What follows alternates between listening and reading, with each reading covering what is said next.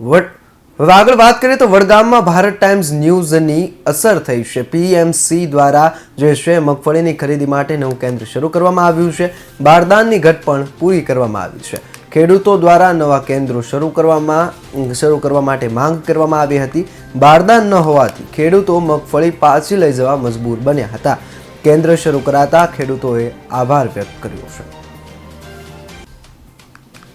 પટેલ ઘેમરભાઈ પરથી નાવીશ નામ વતની છું। મગફળી લઈને આજે આવેલો છું। અમારા ઉત્સાહી ચેરમેન પહેલા થોડી તકલીફ હતી બોલ્યા હતા, એની બદલ હાલ અમને સંતોષકારક બે કેન્દ્રો થયા છે, બીજું કેન્દ્ર આપ્યું છે। સંતોષકારક માલની તોલને વ્યવસ્થિત લેવામાં આવે છે, એમાં કોઈ તકલીફ હાલ નથી। અને બારદાન હાલ પૂરતા છે, પણ હવે પછી કદાચ ખૂટે તો થોડી જલ્દી વ્યવસ્થા કરવા વિનંતી છે। વધતા પછી માલ તાત્કાલિક ઉપાડી અને જગ્યા કરાવીને ગોડાઉનની વ્યવસ્થા કરવી। મારું નામ ચંદનસિંહ નારાજી રાજપૂત છે। હું ડાલવાણાથી આવું છું। હું ખેડૂત છું। મારે મગફળી હતી એ લઈને અહીંયા ભરાવા આવવાનું થયું છે।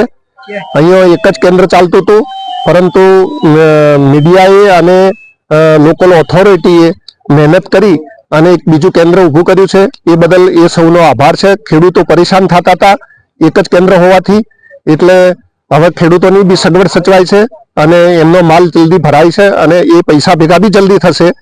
એટલે મીડિયાનો તેમજ અહીંની લોકલ ઓથોરિટીનો ખૂબ ખૂબ આભાર। આ બાબતે એ લોકોએ જે ધ્યાન કેન્દ્રિત કરી અને લોકોની તકલીફ, ખેડૂતોની તકલીફ નિવારવાનો પ્રયત્ન કર્યો એ બદલ એમનો ખૂબ ખૂબ આભાર। અને આ સરકારનો પણ આ સાથે ખૂબ ખૂબ અમે આભાર માનીએ છીએ। ધન્યવાદ।